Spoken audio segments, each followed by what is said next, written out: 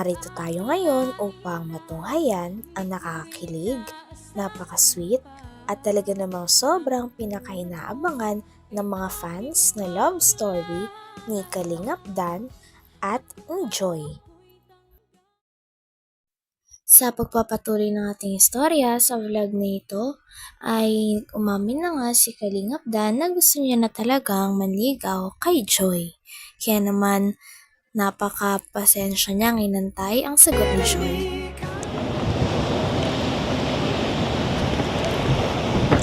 Joy, meron palang mga nagpaabot sa atin ng cake at itong mga regalo para sa ating third monthsary. Galing to kay Annabelle from Abu Dhabi and Mabel from Kuwait. Thank you so much po. Thank you so much po. Gusto mong makita ito? Ito sa'yo. Gusto mong tingnan? Tara, doon tayo. Meron tayong mga ulit, unboxing. So, Joy, ito sa'yo to. From Annabelle from Abu Dhabi. Yan, thank you po. Thank you so much po. Thank Tita you, Annabelle from Isa Abu po kami. Dhabi. Thank you po. So, tara, sabay natin buksan ang laman na ito. Sarap. Daming laman. So, ito, meron tayong magic mug. So, pag nilagyan ito ng mainit na tubig, makikita natin design. Kaso natin mainit na tubig, hindi natin malalaman. Ikaw naman, ano pang meron dyan? Anong susunod? Uy, tumbler. Vacuum cup pala. Thank you po. Uy, may Danjoy. Wow! May Danjoy. Ganda. Cute. Ang ganda. And, wow, uy, t-shirt to na Danjoy. May t-shirt na tayo. Favorite color mo po? Oh. Danjoy. Ang cute, oh.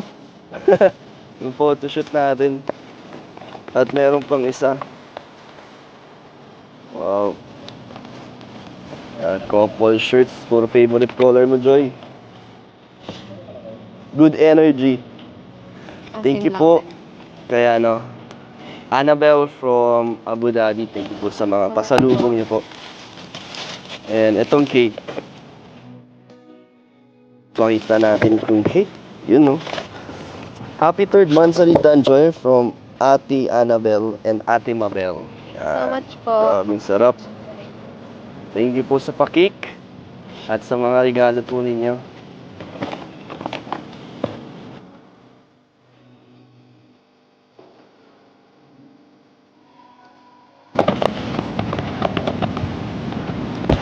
Enjoy. Tahimik mo bigla. Bakit? Bigla lang po ako.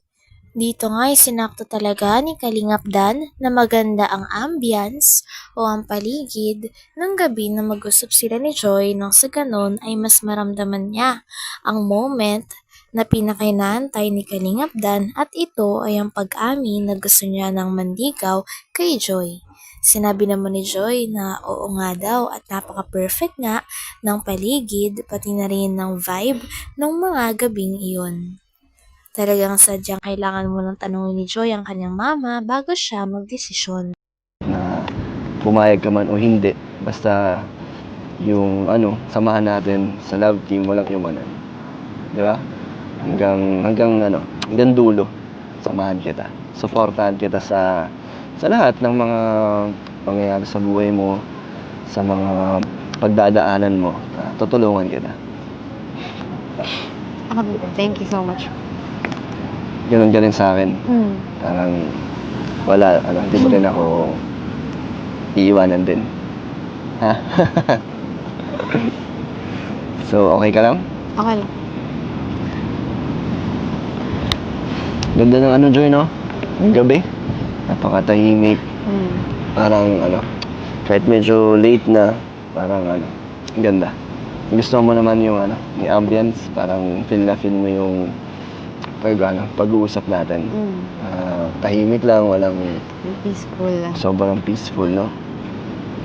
Anong naisip mo pag ganito? Pag ganitong mga romantic place, ano bang gusto mo? Narelax ako pag ganito. Ang ganda ng ambience. Nakakalimutan ko yung mga problema sa school, mga schoolworks. Mga ano, mga ini-memorize mo lagi.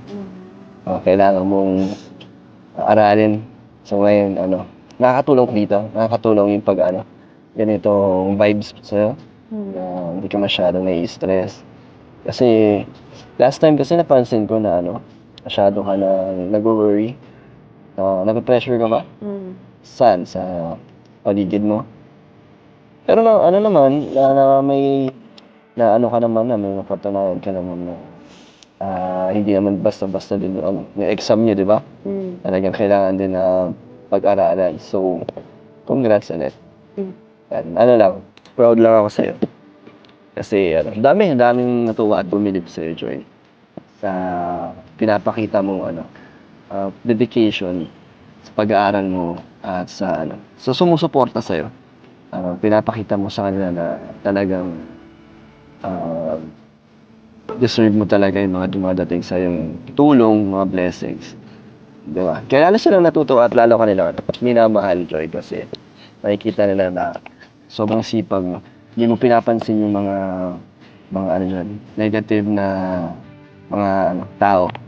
Nakafocus ka lang din sa sa studies.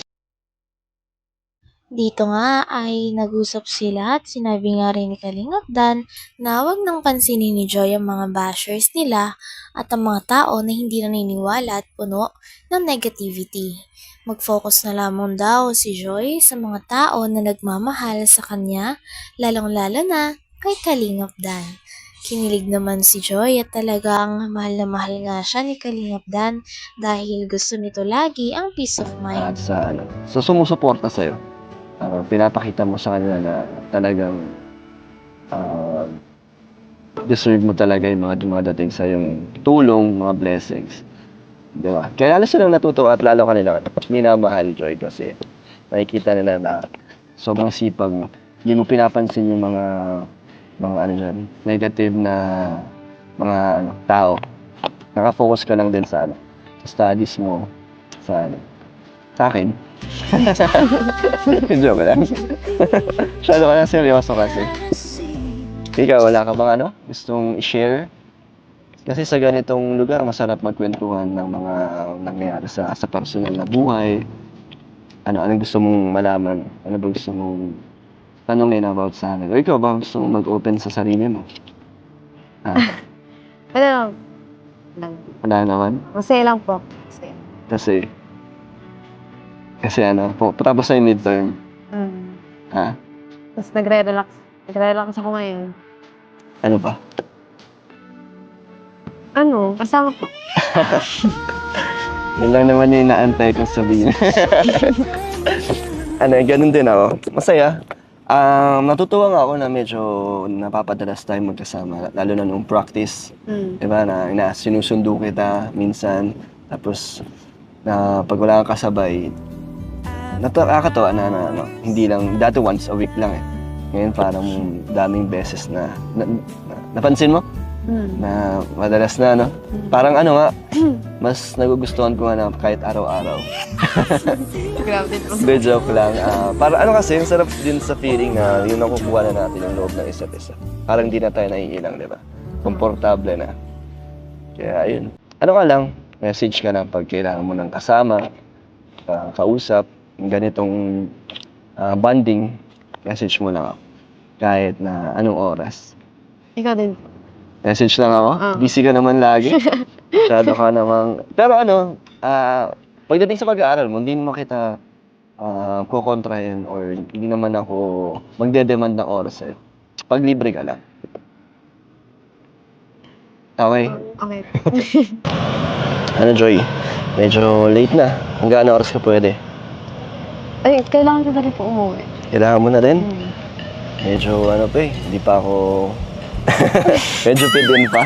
Hindi ka pa nga sumasagot sa Hanggang dito na lamang muna ang ating nakakilig, napaka-sweet at talaga namang sobrang pinakainahabangan na love story ni Kalingap Dan at ni Joy.